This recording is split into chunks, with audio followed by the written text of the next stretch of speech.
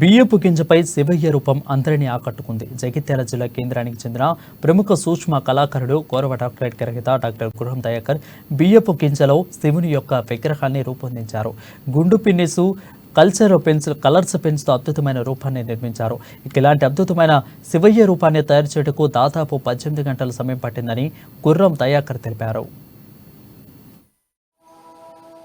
నమస్కారం అండి. నా పేరు డాక్టర్ గుర్రం దయాకర్. నేను జగిత్యాల వాసిని. నేను గత కొన్ని సంవత్సరాల నుంచి ప్రతి శివరాత్రి పర్వదినాన ప్రతి ఒక్క శివుని యొక్క రూపాన్ని డిఫరెంట్ టైపుల్లో సూక్ష్మంగా తయారు చేస్తూ ఉంటాను. మరి ఈ శివరాత్రి సందర్భంగా గుండు పిన్నుపై బియ్యపు గింజకు రంధ్రం తయారు చేసి ఆ రంధ్రం లోపల ఆ భోలాశంకరుడు కూర్చొని ఒక చేత్తోని ఆశీర్వదిస్తున్నట్టు తయారు చేయడం అనేది. మరి దీన్ని నేను నైలాన్ అనే ప్లాస్టిక్ ఇతర పెన్సిల్ కలర్స్ వాడి అలాగే ఆ బియ్యపు రంధ్రాన్ని చెక్కి తయారు చేశాను. దీనికి నాకు 18 గంటల సమయం పట్టింది. అలాగే గత సంవత్సరము గుండు పిన్నుపై మంచు పర్వతాలు